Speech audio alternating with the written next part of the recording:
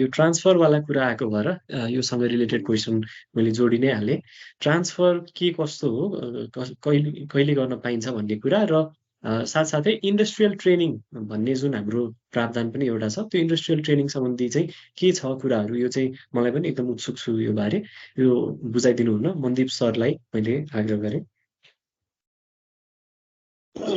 अब ट्रान्सफर चाहिँ कतिपय केसमा सर्कमस्टान्सेसको कारणले अथवा म काठमाडौँ बसेर काम गरिरहेको छु होइन, अब मेरो घर चाहिँ कतै चितवन हो अथवा म केही अब केही इमर्जेन्सी अथवा केही परेको कारणले गर्दाखेरि चाहिँ अब चितवन नै बस्नुपर्ने अवस्थाहरू आउन सक्यो। त्यस्तो सर्कमस्टान्सेस भयो भने हामीले के गर्न सक्छ भन्दाखेरि ट्रान्सफरहरू गर्न सक्छ। अथवा कतिपय केसमा चाहिँ अब अघि सौगातले पनि भने जस्तै मलाई फर्मको सर्टेन कामहरू त्यस्तोहरू चाहिँ मलाई के भएन भन्दाखेरि अलिकति मैले भनेको जस्तो पाइरहेको छैन भने पनि अब हामीले के गर्न सकिन्छ त भन्दाखेरि ट्रान्सफरको लागि रिक्वेस्ट गर्न चाहिँ सकिन्छ। अब यो ट्रान्सफरको लागि चाहिँ अब तपाईँको ट्रान्सफरको लागि रिक्वेस्ट गर्ने भन्नुको मतलब चाहिँ तपाईँको टर्मिनेटै गर्ने हो क्या। तपाईँले कहाँ जहाँ फर्ममा काम गरिराख्नु भएको छ तपाईँहरूको त्यहाँसम्मको पिरियडको आर्टिकलसिप चाहिँ टर्मिनेट हुने हो। अनि त्यसपछि तपाईँले अर्को नयाँ फर्ममा चाहिँ के गर्ने हो भन्दाखेरि आर्टिकलसिप कन्टिन्यू गर्ने हो। अब यसमा चाहिँ मलाई ट्रान्सफर चाहियो भने मैले सिधै पाउँछु ट्रान्सफर भन्ने हुन्छ भन्ने जरुरी छैन। यसमा चाहिँ तपाईँले अब के गराउनु पर्यो त भन्दाखेरि आफ्नो त्यो फर्मको जो प्रिन्सिपल हुन्छ जसको अन्डरमा तपाईँ आर्टिकलसिप गरिराख्नु भएको छ उहाँलाई चाहिँ अब सर्कमस्टान्सेसको कारणले हो भने मेरो यस्तो यस्तो सर्कमस्टान्सेससम्म काठमाडौँ बस्न सक्ने भएन यस्तो भयो भनेर तपाईँहरूले अब उहाँलाई कन्भिन्स गराएर तपाईँले आफ्नो ट्रान्सफर लिन सक्नुहुन्छ। अथवा एक्सपोजरको कारणले हो भने अब तपाईँ हामीले के गर्नु पर्यो भन्दाखेरि उहाँलाई बुझाउन सक्नु पर्यो।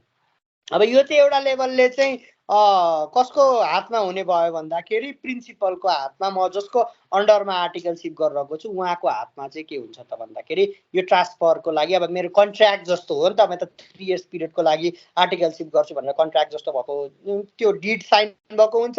त्यो डिडको चाहिँ अब उहाँले चाहिँ ल ठिक छ भनेर उहाँले टर्मिनेट गरिसकेपछि चाहिँ हामीले आइक्यानमा गएर अर्को फर्ममा अब अर्को फर्मले पनि मलाई लिनु पर्यो है। फेरि अर्को फर्म पनि एग्री हुनु पर्यो, ल म तिमीलाई लिन्छु भनेर एग्री भएको हुनु पर्यो। त्यतिकै होइन म यो फर्ममा मैले एक्सपोजर पाइनँ म अर्को फर्ममा खोज्छु म अर्को फर्ममा जान्छु भन्दैमा सिधै मैले अर्को फर्मले पनि लिइहाल्छ भन्ने जरुरी छैन।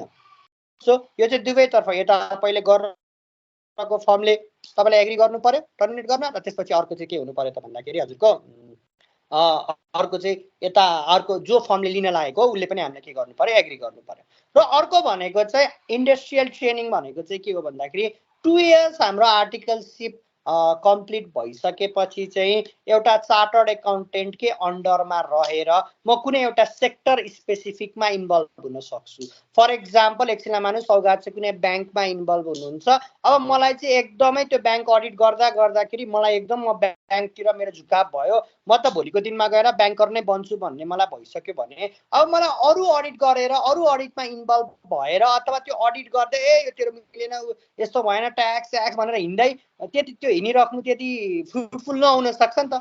किन भन्दाखेरि मेरो फोकस त के भइसक्यो भन्दाखेरि ब्याङ्कतिरै जाने भइसक्यो भनिसकेपछि चाहिँ मैले के गर्न सक्छु त भन्दाखेरि 1 इयर त्यो 1 वर्ष 2 वर्ष चाहिँ कम्प्लिट भएको हुनु पर्यो। 1 वर्ष चाहिँ इन्डस्ट्रियल ट्रेनिङको रूपमा चाहिँ मैले के गर्न सक्छु त भन्दाखेरि कुनै ब्याङ्कमा इन्सुरेन्समा अथवा म्यानुफ्याक्चरिङ कम्पनीमा चाहिँ मैले के गर्न सक्छु त भन्दाखेरि एउटा CA को अन्डरमा रहेर चाहिँ मैले के गर्न सक्छु त भन्दाखेरि काम गर्न सक्छु। त्यतिखेर काम गर्दा पनि के काम गरे कस्तो काम गरे भन्ने कुराको डिटेल्सहरू चाहिँ मैले के गर्नुपर्छ त भन्दाखेरि बुझाउनु पर्ने हुन्छ।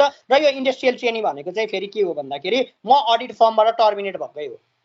टर्मिनेट भन्नुको मतलब 2 वर्ष अब सक्यो ल त तेरो 2 वर्ष हाम्रो फर्ममा काम गरिस् भनेर लेटर दिन्छ अनि म कुनै अरू CA को अन्डरमा हु इज इन जब त्यसैको अन्डरमा रहेर चाहिँ त्यसको गाइडेन्समा रहेर चाहिँ मैले के गर्ने हो त भन्दाखेरि त्यो इन्डस्ट्री स्पेसिफिक अथवा त्यो कम्पनी स्पेसिफिक काम गर्ने हो। अब यो इन्डस्ट्रियल ट्रेनिङ चाहिँ कसले चुज गर्ने कसले पर्स्यु गर्ने भनेर जसले आफ्नो करियर डिरेक्सन आइडेन्टिफाई गरिसक्यो नि होइन। अब म इन्सुरेन्समा जान्छु अथवा म एनजिओमा जान्छु अथवा म यो फिल्डमा जान्छु अथवा म यसमा अलिकति अझ म कुनै फर्ममा गएँ कुनै फर्ममा जाँदाखेरि म चाहिँ पुरै डिपार्टमेन्टलाइजेसन भएर एउटा ब्याङ्क मात्र परेको थियो। त्यो ब्याङ्क परेको कारणले गर्दाखेरि म त अब ब्याङ्कमा नै एक्सपर्टिज हुन्छु जस्तो मलाई लाग्यो भने अब त्यस्तो मान्छेले चाहिँ के गर्न सक्छ भन्दाखेरि कुनै ब्याङ्कमा कुनै अब तपाईँको त्यहाँको CA को अन्डरमा म त्यहाँ इन्डस्ट्रियल ट्रेनिङ उसले पनि मान्नु पर्यो उसको पनि एग्री हुनु पर्यो उनीहरूको ब्याङ्कमा पनि प्रोभिजन हुनु पर्यो। त्यसरी मान्छे ल्याउने भनिसकेपछि मैले चाहिँ त्यहाँ गएर आफ्नो के गर्न सक्छु त भन्दाखेरि आफ्नो त्यो 1 इयरको आर्टिकलसिप चाहिँ उसको अन्डरमा रहेर कम्प्लिट गर्न सक्छु। र त्यहाँ गइसकेपछि अब मैले खालि ब्याङ्कको मात्र काम गर्ने भएँ। Thank you. यो कुरा चाहिँ धेरैको लागि नयाँ पनि थियो होला इन्डस्ट्रियल ट्रेनिङ सम्बन्धी। जो अब पछि गएर इच्छुक हुनुहुन्छ उहाँहरूले यतातिर पनि आफू लाग्न सक्नुहुन्छ।